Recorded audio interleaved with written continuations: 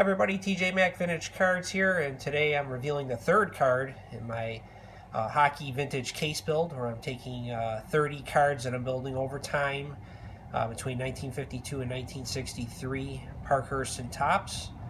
And again, vintage hockey's of this era is something really new that I'm getting into and learning a lot about.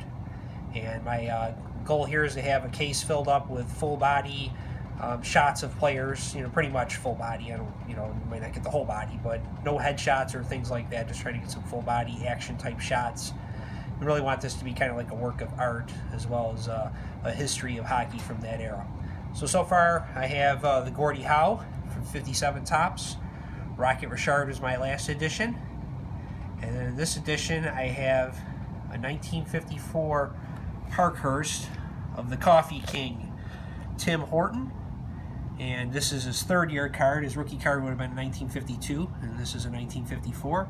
So you can see it has a beautiful star there. That's what they did in Parkhurst for the All-Stars from that season, is they had a star behind them. And in the shots where you didn't have All-Stars, they actually had a background, like a game image or something like that behind them. But for the All-Stars, they just had a white background with a star. Now I'll quickly show you what the back of the card looks like, and do that in the last one. So this is what the back would have looked like back then. Just a beautiful card here. These vintage Parkhurst cards are just gorgeous. So let me tell you a little bit about Tim Horton. Before he was known as the King of Coffee, with over 4,000 stores throughout Canada and the United States, this guy was an extraordinary defenseman for the Toronto Maple Leafs, New York Rangers, Penguins, and Sabres. It was with the Leafs that he was known for the most success, winning 4 Stanley Cups.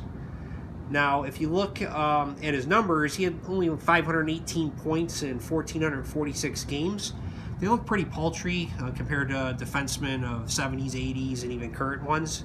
But this is before the era of the scoring defenseman that was ushered in by Bobby Orr.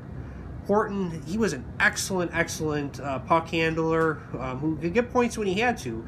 For example, when the Maple Leafs won the Stanley Cup championship in 1962, that was their first in 11 years, he had 3 goals and 13 assists in 12 games, which at that time was an NHL record for defensemen. So he could be a point playmaker when he needed to be. Now, he was generally acknowledged when he played as the strongest man in the game. Hall of Fame Leaf center Dave Keon recalled that the 5'10", 180-pound Tim Horton, not a really big guy, could throw around railroad ties like they're toothpicks. And Horton was known for his smothering defense, and he would wrap up attacking forwards along the boards in the corner of the ice. And Hall of Fame Red Wings forward Alex DeVecchio said Tim Horton, he would just take you in the corner and put you in this big bear hug, and you couldn't get away. He was just so strong. And he'd just stay right there, and he'd say to you, you're not going anywhere, and he'd laugh at you. And Hall of Fame forward Norm Ullman said, most opponents, even the toughest, avoided him, because when he got close, he had a chance to put those arms around you. You were done. Tim Horton's bear hug. It makes you shiver just thinking about it when you saw what this guy could do. Now, one player who learned firsthand about the Horton hug was Boston Bruins rookie center Derek Sanderson.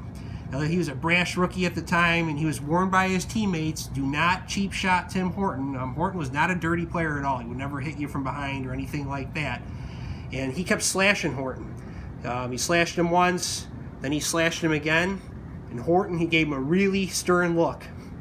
And then all of a sudden, he put the big bear hug on Sanderson, and he started squeezing. And Sanderson told Bobby Orr, he goes, I heard my ribs, they felt like they were just going to crack, as he was just grabbing onto him and just pushing him and pushing him and pushing him, taking the air right out of him. Then he let go, and he said he tossed me aside just like a towel. After that, I never slashed him ever again. Unfortunately, Tim Horton, he died in 1974 in a car accident induced by, he was drunk at the time. And he was still an active player at that time for the Buffalo Sabres. And the Sabres retired as number 2. And then the Maple Leafs retired as number 7. It was many years later, in 2015. Him and King Clancy shared the number 7 on the Maple Leafs.